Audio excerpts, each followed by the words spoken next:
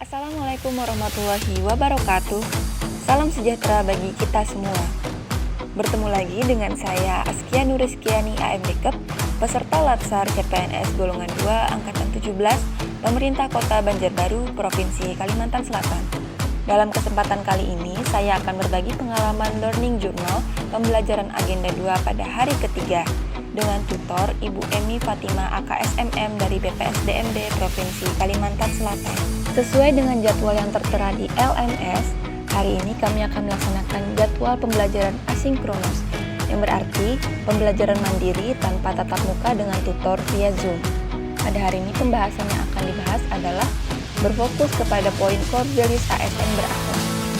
Poin core values ASN yang pertama adalah berorientasi pelayanan yang bertujuan untuk memberikan pelayanan prima. Menurut Undang-Undang Nomor 25 Tahun 2009, strategi peningkatan pelayanan prima antara lain: yang pertama, menerapkan standar pelayanan dan maksimal pelayanan; yang kedua, melaksanakan survei kepuasan masyarakat minimal 1 tahun sekali; yang ketiga, pengelolaan pengaduan masyarakat; yang keempat, menyediakan sarana prasarana pelayanan; yang kelima, pengembangan inovasi; yang keenam, replikasi best practice; dan yang ketujuh, perbaikan berkelanjutan. Contoh perilaku pelayanan prima antara lain: menyapa dan memberi salam, ramah dan senyum, cepat dan tepat waktu, mendengar dengan sabar dan aktif, penampilan yang rapi, mengucapkan terima kasih, mengingat nama pelanggan, memperlakukan pelanggan dengan baik, dan lain-lain. Akuntabel dalam konteks ASN adalah kewajiban untuk mempertanggungjawabkan segala tindak dan tanduknya sebagai pelayan publik. Untuk menciptakan perilaku akuntabel, dimulai dari pimpinan yang memberikan contoh perilaku akuntabel, kemudian adanya transparansi serta integritas, sikap tanggung jawab baik perseorangan maupun institusi, mengutamakan keadilan, menghadirkan rasa kepercayaan, adanya keseimbangan akuntabilitas dan kewenangan, serta membangun pola pikir anti korupsi. Poin ketiga adalah kompeten, yang berarti sebagai ASN terus belajar dan mengembangkan kapabilitas. Perilaku kompeten tercermin dalam poin-poin sebagai berikut. Yang pertama, setiap ASN sebagai profesional sesuai dengan kualifikasi, kompetensi, dan kinerja. Yang kedua, mengubah mindset menjadi aktif meningkatkan kompetensi diri. Yang ketiga, aktif dalam pasar pengetahuan atau forum terbuka. Dan yang keempat adalah melaksanakan tugas yang terbaik.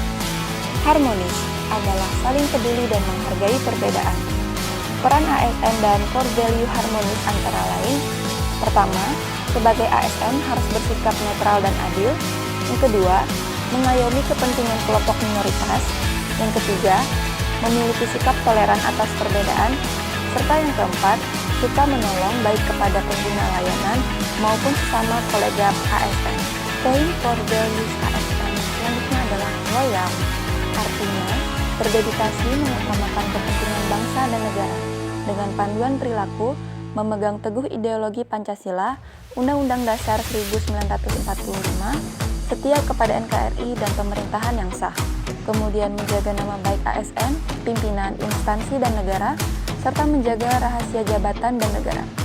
Aktualisasi dari sikap loyal berupa komitmen, dedikasi, kontribusi, nasionalisme, dan pengabdian. Poin core values ASN yang selanjutnya adalah adaptif, yaitu terus berinovasi dan antusias dalam menggerakkan atau menghadapi perubahan. Penerapan budaya adaptif antara lain: yang pertama, dapat mengantisipasi dan beradaptasi dengan perubahan lingkungan; yang kedua, mendorong jiwa kewirausahaan; yang ketiga, memanfaatkan peluang yang berubah-ubah; yang keempat, terkait dengan kinerja instansi; yang kelima, memperhatikan kepentingan-kepentingan yang diperlukan antara instansi mitra, masyarakat, dan sebagainya. Core values ASN yang terakhir adalah kolaboratif, yaitu membangun kerjasama yang sinergis. Panduan perilakunya adalah memberi kesempatan kepada berbagai pihak untuk berkontribusi, terbuka dalam bekerja sama, serta menggerakkan pemanfaatan berbagai sumber daya untuk tujuan bersama. Ada beberapa faktor yang dapat mempengaruhi keberhasilan dalam kolaborasi antar lembaga pemerintah. Yang pertama, kepercayaan; yang kedua, pembagian kekuasaan; yang ketiga, gaya kepemimpinan; yang keempat, strategi manajemen; dan yang terakhir, formalisasi pada pencapaian kolaborasi yang efisien, efektif antara entitas publik. Kemudian, ada juga faktor yang dapat menghambat kolaborasi tersebut, seperti ketidakjelasan batasan masalah, kemudian dasar hukum kolaborasi yang tidak jelas. Sekian dari saya, terima kasih atas perhatiannya.